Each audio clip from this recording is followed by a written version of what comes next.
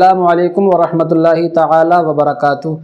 آج ہم آپ کو عصر کی 4 رکعت سنت غیر مؤکدہ اور عشاء کی 4 رکعت سنت غیر مؤکدہ پڑھنے کا طریقہ بتا رہے ہیں، اور آپ کو یہ بھی بتائیں گے کہ سنت غیر مؤکدہ اور سنت مؤکدہ میں کس چیز کا فرق ہے۔ تو مکمل آپ حضرات ویڈیو کو دیکھیں۔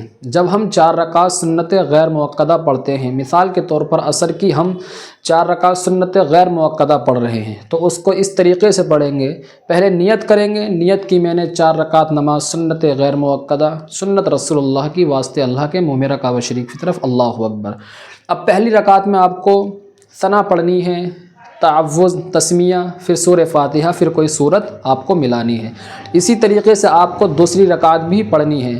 جب آپ قاعدہ اولیٰ میں بیٹھیں گے تو آپ کو التحیات پڑھنی ہے، اور التحیات پڑھنے کے بعد آپ درود ابراہیم وغیرہ بھی پڑھ لیں سنت غیر مؤکدہ میں، یہ افضل اور بہتر ہے۔ پھر آپ جب تیسری رکعت میں کھڑے ہوں گے تو پھر آپ کو ثنا پڑھنی ہے، اور اعوذ، بسم اللہ، پھر سورہ فاتحہ، پھر کوئی آپ کو صورت ملانی ہے۔ اسی طریقے سے آپ کو چوتھی رکعت مکمل کرنی ہے۔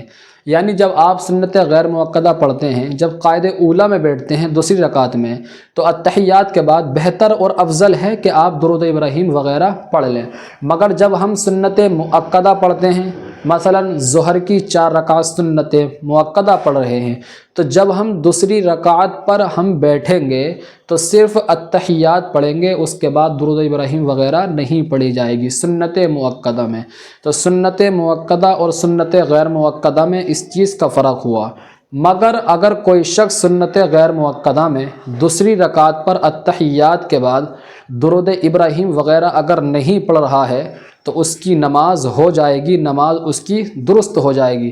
مگر بہتر یہی ہے کہ وہ دوسری رکعت میں، بہتر اور افضل یہی ہے کہ وہ دوسری رکعت میں سنت غیر مؤکدہ میں درود ابراہیم وغیرہ بھی پڑھ لے۔ السلام علیکم ورحمۃ اللہ وبرکاتہ۔